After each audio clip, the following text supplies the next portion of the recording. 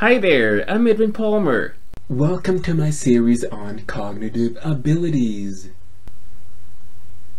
Let's say you have a child or student who has ADHD and no inhibitory control. What can you do to help that child besides therapy, medication, and aerobics? That's what I want to find out in this video by giving you 5 difficult situations. Before I get to them though, I want to tell you this. Remember that you will have to be on your game as you address these weaknesses in the area of inhibitory control. In order to interrupt ahead of time, you'll have to plan carefully because the actions which you want to get ahead of are uninhibited in the child. The child acts without stopping to consider how that action might be perceived or what might happen as a result. You have to get into their heads to recognize when uninhibited behaviors might occur. Now let's move on to the 5 difficult situations and go over what we can do to resolve them. 1. The child can't wait for short periods of time. Helping children build inhibitory control might involve teaching the use of waiting periods for things she or he wants to do or to have. You might consider having her or him earn opportunities as a way to build in a waiting period before gratification. You can use a visual timer to show how long the child needs to wait, and then you can use increasingly longer intervals. 2.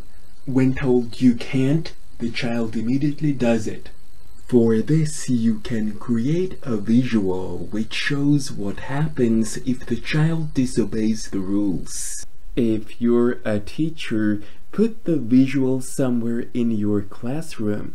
If you're a parent or other caregiver, put the visual in places in your home. Then you repeat the warning to the child that she or he cannot do a certain thing so that the child has time to think before acting. 3. The child is distracted by external stimuli. To tackle this, you can let the child use headphones with white noise. If you're a teacher, let the child sit in a place where she or he will be the least distracted. As a teacher, you can be cognizant of when hallway noises or other stimuli may happen and schedule your instruction accordingly. You also need to be prepared to help the child get back in the groove after her or his attention has wandered. 4. The child reacts emotionally to unexpected situations. Here you need to warn the child when events may change unexpectedly. You can create a things are gonna change routine and make it visual. You can create a sign for it or a flashcard you show every time something is about to change. In your home or classroom, you can create a safe place where the child can go to get herself or himself back in control. 5. The child says hurtful things. To counter this, you can discuss this with the child and design an apology routine, and then you cue the child to use it as needed.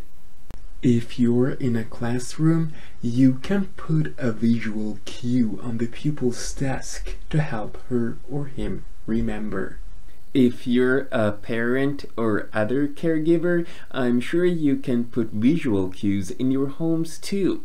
Finally, if you're a caregiver, parent, or teacher, you can use role-playing to find kinder things the child can say instead of the hurtful words.